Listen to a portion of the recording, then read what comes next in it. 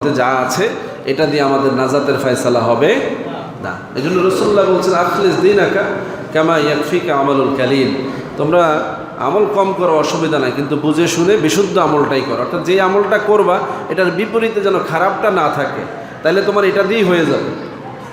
ধরেন আপনি খাবার খাচ্ছেন, খাবারের মধ্যে পরিমাণ যদি আপনার পুষ্টিকর বেশি হয়, আবার সাথে কিছু খারাপও ঢুকে যাচ্ছে, তাহলে পুষ্টির পরিমাণ বেশি হলে এটা আপনার জন্য শেষ পর্যন্ত ভালোই হবে। আর যদি আপনি খাচ্ছেন কিন্তু খাবারের মধ্যে অপুষ্টিকর জিনিস বেশি খাচ্ছেন, পুষ্টিকর বিষয় কম খাচ্ছেন, তাহলে দিন শেষে আপনার অবস্থা কী হবে? আপনি রোগী হয়ে যাবেন। বিষয়টা এরকমই। ন্যাকামল বদামল মানুষের মধ্যে হতেই থাকে, হবেই। রাসূলুল্লাহ বলছেন কুল্লু বনি আদম খাত্তাইন ওয়া খায়রুল খাত্তাইন আত-তাওয়াবিন, যারা বনি আদম, আদম সূত্রে যারা সৃষ্টি, এর বাইরে কেউ আছে নাকি? অনেকে মনে করে যে আল্লাহ আমাকে বানিয়েছে, আমার ব্যাপারে আমি বলছি না। আল্লাহ বলছেন আদম রিস্তা আমি তোমাকে বানিয়েছি, আদমের রেহেম থেকে আমি আমার সমস্ত বনি আদম থেকে বানিয়েছি। রাসূলুল্লাহ বলছেন এরকম বনি আদম প্রত্যেকেই গুনাহগার, প্রত্যেকেই কি গুনাহগার, এটা সুস্পষ্ট সিদ্ধান্ত। গুনাহ মুক্ত বনি আদম নাই, এটা না মানলে রাসূলের হাদিস মানা হয় না। কথা বুঝতেছেন? হ্যাঁ, তারা যারা গুনাহ থেকে মুক্ত হয়, যারা তওবা করে। রাসূলুল্লাহ বলছেন এই গুনাহগারদের মধ্যে ভালো তারা যারা তওবা করে। সুবহানাল্লাহ। তাহলে গুনাহগারদের মধ্যে ভালো যারা, তারা তওবা করে। তো তওবা করলে কি হয়? রাসূলুল্লাহ সাল্লাল্লাহু আলাইহি সাল্লাম বলছেন তওবার দ্বারা জীবনের সমস্ত গুনাহ মাফ করে দেয়া হয়, এমন যে তার আমলনামায় আর কোনো গুনাহই থাকে না, সে বেগুনাহ মাসুম হয়ে যায়। কাওয়া ওয়ালাদাত উম্মুহু, যেভাবে মায়ের গর্ভ থেকে শিশুরা নিষ্পাপ অবস্থায় পৃথিবীতে আসে, বলি সুবহানাল্লাহ। সম্মানিত হাজিরিন, মাহে রমজানের ব্যাপারে রাসূলুল্লাহ সাল্লাল্লাহু আলাইহি সাল্লাম এটা বলছেন, মান সামা ঈমানান ওয়া ইহতিসাবান গুফিরা লাহু মা তাকাদ্দামা মিন যানবিহি, যে ব্যক্তি রমজান মাসটাকে বিশ্বাস করে এবং সওয়াবের আশায় রোজা রাখে, রমজান মাসকে বিশ্বাস করে, এখানে একটা গুরুত্বপূর্ণ শব্দ আছে, ঈমানান ওয়া ইহতিসাবান, বিশ্বাসের সহিত সওয়াবের আশায় যারা রমজান পালন করে, আল্লাহ রাব্বুল আলামিন তাদের বিগত জিন্দেগীর গুনাহগুলো মাফ করে দিবেন, বলে সুবহানাল্লাহ। এটা কার কথা? রাসূলুল্লাহর কথা। রাসূলুল্লাহ যে কথা বলেন সেটা কার কথা? আল্লাহ বলছেন যে আমার রাসূল নিজের থেকে কিছু বলেন না, ওয়া মা ইয়ানতিকু আনিল হাওয়া ইন হুয়া ইল্লা ওয়াহয়ু ইউহা। রাসূল আমার এমন, তিনি যা বলেন আমার থেকে প্রাপ্ত হয়েই বলেন, নিজের থেকে কিছুই বলেন না, বলে সুবহানাল্লাহ। তাহলে রাসূলুল্লাহ জবান থেকে যত কথা, এই কথাগুলো কার? আমরা কিন্তু এখানেও ডিফারেন্স করি। অনেকে জিজ্ঞাসা নেই কোরআনে আছেন, কয় না হাদিসে, কথা বাদ দেন। নাউযুবিল্লাহ, কোরআনে নাই হাদিসে আছে, বাদ দেওয়া যাবে? হাদিসে আছে কোরআনে নাই, বাদ দেওয়া যাবে? কোরআনে আছে হাদিসে নাই, বাদ দেওয়া যাবে? কারণ কি? রাসূলুল্লাহ সাল্লাল্লাহু আলাইহি সাল্লাম বলছেন তারাকতু ফীকুম আমরাইন লান তাদিল্লু মা তামাসসাকতুম বিহিমা কিতাবাল্লাহি সুন্নাতু ওয়া রাসূলিহি, যে তোমরা দুইটা জিনিসকে আঁকড়ে ধরে থাকলে পথভ্রষ্ট হবে না। কয়টা জিনিস? দুইটা। রাসূলুল্লাহ একটা বলেন নাই, কোরআনের কথা বলেন নাই, অথবা হাদিসের কথা বলেন নাই, বলছে দুইটা, কিতাবুল্লাহি ওয়া সুন্নাতি রাসূলিহি, আল্লাহর কিতাব এবং তার রাসূলের সুন্নাহ।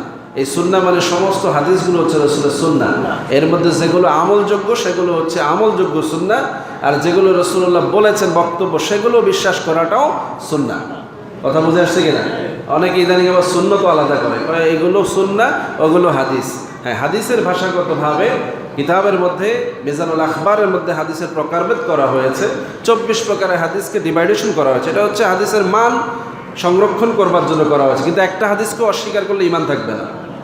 থাকবে? রাসূলুল্লাহর একটা কথাকেও অস্বীকার করলে ঈমান থাকবে না। এজন্য প্রত্যেকটা হাদিস রাসূলের কথা, এর মধ্যে কোনটা আমলযোগ্য কোনটা আমলযোগ্য নয়, এটাই হচ্ছে তারতম্য। কিন্তু কোনো হাদিসকে অস্বীকার করা যাবে। কোরআনের মধ্যে আয়াত 6666টা, একটা আয়াতকে অস্বীকার করলে ঈমান থাকবে না, কিন্তু সবগুলো আয়াত পালন করতে হয় না। মাত্র 500 আয়াত বিধান দেয়, এই 500 আয়াতের হুকুম পালন করতে হয় মানুষকে। সুবহানাল্লাহ বলবেন না? 500 আয়াত আমল করা যায়, বাকি আয়াতগুলো আমল করা যায় না। কিন্তু কোরআনের একটা হরফকেও অস্বীকার করলে ঈমান থাকে না। এই জন্য আমাদের আকীদার মধ্যে এই বিষয়গুলো খুব মজবুতভাবে নিতে হবে।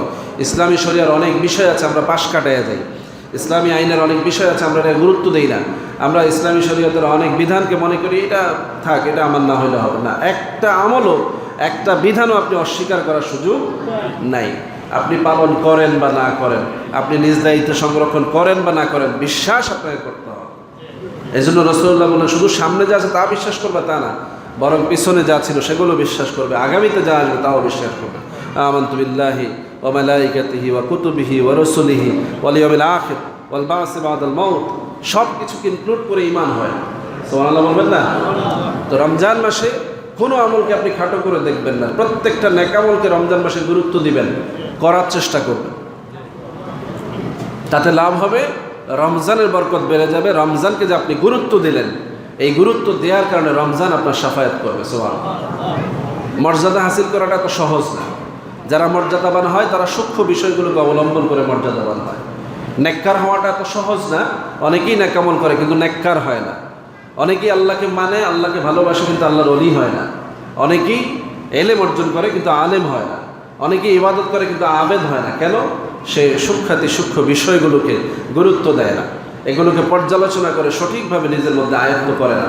ফলে সে পরিশ্রম করেও পরিশ্রমের মজুরি পায় না। আসলে নাই? অথচ আল্লাহ রাব্বুল আলামিন বলছেন, রাসূলুল্লাহ আমাদেরকে জানাচ্ছেন কোরআনের মাধ্যমে, কুল্লু আমালিন উজরাতাইন, প্রত্যেকটা নেক আমলের দুইটা বিনিময় হবে। সুবহানাল্লাহ। কয়টা বিনিময়? দুইটা বিনিময়। আমরা প্রত্যেকেই মনে করি একটা বিনিময় হবে, যে নেক আমল করলে সওয়াব হয়। কি হয়? নেক আমল করলে, সওয়াবের কাজ করলে সওয়াব হয় না। সওয়াব হয় এটা আপনার আমল নামায় লেখা হয়, এটা দুনিয়ায় কোনো কাজে লাগবে না। সওয়াব দুনিয়ায় কোনো কাজে লাগবে না, মৃত্যুর পরে সওয়াব কাজে লাগবে। মৃত্যুর আগে সওয়াবের কোনো কাজ নেই, সওয়াব জমা থাকবে। কিন্তু দুনিয়ার জিন্দেগিতে আপনি তো অনেক কিছুর প্রয়োজনীয়তা আছে, সেটা আসবে কোত্থেকে? আমলের বিনিময়ে আসবে। এই দ্বিতীয় যে বিষয়টা, এটাকে বলা হয়েছে ফায়দা কুউদিহি। আমলের একটা বিনিময় হচ্ছে সওয়াব, আরেকটা বিনিময় হচ্ছে উপকার। সুবহানাল্লাহ। এই জন্য আল্লাহ বলছেন, ওয়ানাজ্জিলু মিনাল কুরআনি মা হুয়া শিফা ওয়া রাহমাতুল লিল মুমিনিন। কোরআনে যা দিয়েছি সব মানুষের জন্য শেফা এবং মুমিনদের জন্য শান্তি। সুবহানাল্লাহ। এই শেফা এবং শান্তি দুনিয়ায় লাগে। কোথায় লাগে? শেফা এবং শান্তি দুনিয়ার জন্য দিয়েছেন। আল্লাহ বলছেন গোটা কোরআনটাই আমি দুনিয়ার জন্য দিয়েছি। সুবহানাল্লাহ। আর বোনাস যা দেওয়া হবে সব পরকালের জন্য। সুবহানাল্লাহ। তার মানে আপনি দুনিয়াতে যত ভালো কাজ করবেন, যত নেক আমল করবেন, সব কিছুর বিনিময় আপনি দুনিয়ায় পাবেন। আর পরকালে এটার জন্য আপনাকে বোনাস লাইফ দেওয়া হবে। সবের বিনিময়ে আপনাকে কবর, হাসর, ফুলসিরাত সব জায়গায় নানান তোহফা দেওয়া হবে। কিন্তু দুনিয়ায় আপনি কিছু পেলেন না, পরকালে কিছুই পাবেন। কথা বুঝতেছেন? অনেকে বলবো, হুজুর এই কথার লগে মানতে পারলাম না। আমি বললাম মানতে হবে আপনাকে। আল্লাহকে যে মানে সে দুনিয়ায় বঞ্চিত হবে না, পরকালেও বঞ্চিত হবে না। সুবহানাল্লাহ। এটাই রবের দায়িত্ব। রব আপনাকে লালন পালন করবেন, পরবর্তী জীবনে আপনাকে শান্তিপূর্ণ জীবন দান করবেন। আপনাকে রব ছেড়ে দেন নাই, দুনিয়ায় রব আপনাকে হতাশ করেন নাই। আল্লাহ বলছেন, লা তাকনাতু মির রাহমাতিল্লাহ ইন্নাল্লাহা ইয়াগফিরুয যুনুবা জামিআ। আমার কাছেই তো সব গুনাহের ক্ষমা আছে, তো তুমি রহমত থেকে নিরাশ হও কেন? তার মানে দুনিয়াতে যত রহমত আছে সব আপনার আমার জন্য। যারা আপনার রহমত পাই না, আমাদের কর্মফলের কারণে পাই না, আমাদের বিশ্বাসের কারণে পাই না, রহমত থেকে বঞ্চিত হই শুধুমাত্র আমাদের কর্মকাণ্ডের কারণে। কি বলে ডেকে না? সুতরাং আমরা এই মাহে রমজানে এই বিশ্বাস জাগ্রত করবো যে না, আল্লাহর ওয়াদা অনুযায়ী প্রত্যেকটা রহমত আমাদের চাই। এই জন্য রাসূলুল্লাহ বলছেন, রমজানের প্রথম দিকে রহমত, দ্বিতীয় দিকে মাগফিরাত, তৃতীয় দিকে হচ্ছে নাজাত। এর মানে কি? বাকি সময় রহমত নাই, রহমত সব সময় আছে। আল্লাহর হাবিবকে আল্লাহ বলেছেন, ওয়া মা আরসালনাকা ইল্লা রাহমাতাল লিল আলামিন। হাবিব, আপনাকেই তো আমি রহমত বানিয়ে পাঠিয়েছি। সুবহানাল্লাহ। রাসূলুল্লাহ যতদিন পৃথিবীতে ছিলেন, আগে পরে পূর্বে সবসময় রাসূলুল্লাহ আছেন না নাই? আল্লাহর সৃষ্টি যেদিন থেকে শুরু, সেই দিন থেকে রাসূলুল্লাহ রহমতের শুরু। সুবহানাল্লাহ। এই জন্য কুল মাখলুকাত সমস্ত জায়গায় আল্লাহ রাসূলের রহমত পরিব্যাপ্ত। রহমত হিসেবে রাসূলুল্লাহ কবরে, হাসরে, ফুলসিরাতে, মিজানে আছে না নাই? জান্নাতে আছে না নাই? সব জায়গায়। সুতরাং রাসূলুল্লাহর রহমত থেকে যারা বঞ্চিত হবে, তারা শুধুমাত্র রাসূলুল্লাহর আনিত ইসলামের হুকুম বিধিবিধান থেকে যদি নিজেদেরকে গাফেল রাখে, বুঝতে অক্ষম হয়, অবহেলা করে, তাহলে তারা রহমত থেকে বঞ্চিত হবে। তো এই মাহে রমজানে আমরা আল্লাহর কাছে বেশি বেশি তওবা করব, ক্ষমা চাইব, আমাদের গুনাহগুলো মাফ করায় নিব, বেগুনাহ মাসুম হয়ে যাব, আমাদের জীবন রহমতে ভরপুর হয়ে যাবে।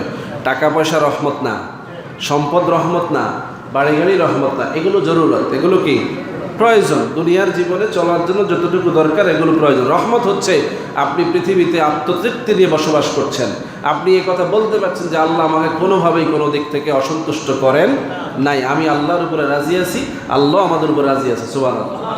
এই জন্য আল্লাহ একদল মানুষের ব্যাপারে এই কথা বলেছেন যে এরা এরকমই ছিল, রাদিয়াল্লাহু আনহুম ওয়া রাদু আনহুম, রাসূলের সাহাবীদের ব্যাপারে আল্লাহ বলছেন যে এদের উপরে আমিও সন্তুষ্ট ছিলাম, এরাও আমার উপরে সন্তুষ্ট ছিল। সুবহানাল্লাহ। ওই রকম মানে যদি আমি নিজেদেরকে তৈরি করতে চাই, তাহলে দুনিয়ার অনেক বিষয় আমাদেরকে ভালো ধারণা নিয়ে স্বচ্ছ জীবনযাপন করতে হবে। মাহে রমজানে এই সুযোগ আছে পিছনের জীবন থেকে বেরিয়ে এসে নতুন জিন্দেগি গঠন করার। এই জন্য রমজানের রোজা অত্যন্ত গুরুত্বপূর্ণ, রমজানের তারাবি অত্যন্ত দামি, রমজানের সাহারি অত্যন্ত মোবারক বরকতময়, রমজানের ইফতার অনেক বেশি বড় হাদিয়া। লিসাইমে ফারহাতান ইনদা লিকায়ে রাব্বিহি ওয়া ইনদা ফিত্রিহি।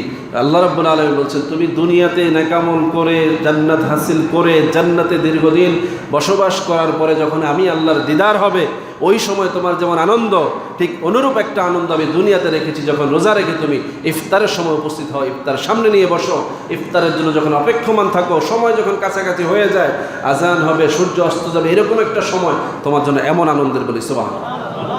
তাহলে যারা ইফতারকে গুরুত্ব দেয় তারাও বড় দামি মানুষ, কি বলে ঠিক না? এই জন্য ইফতারে অ্যারেঞ্জমেন্ট করে বসা, ইফতার সামনে নিয়ে বসা, ইফতারে নাড়াচাড়া করা, ইফতার সামনে নিয়ে দোয়া দুরুদ পড়া, এটাকে রাসূলুল্লাহ বলছেন এই সময় যেন দোয়া করা হয়, কবুল হয়ে যাবে সুবহানাল্লাহ। আল্লাহ রাব্বুল আলামিন আমাদেরকে মাহে রমজানে ফরজাত বরকত উপলব্ধি করে নেকামল বেশি বেশি করার তৌফিক দান করুন, রমজানের ফজিলত বরকত হাসিল করার তৌফিক দান করুন। ওয়া মা আলাইনা ইল্লাল বালাগ। আসসালামু আলাইকুম ওয়া রাহমাতুল্লাহি ওয়া বারাকাতুহু। যারা কাবলাল জুমা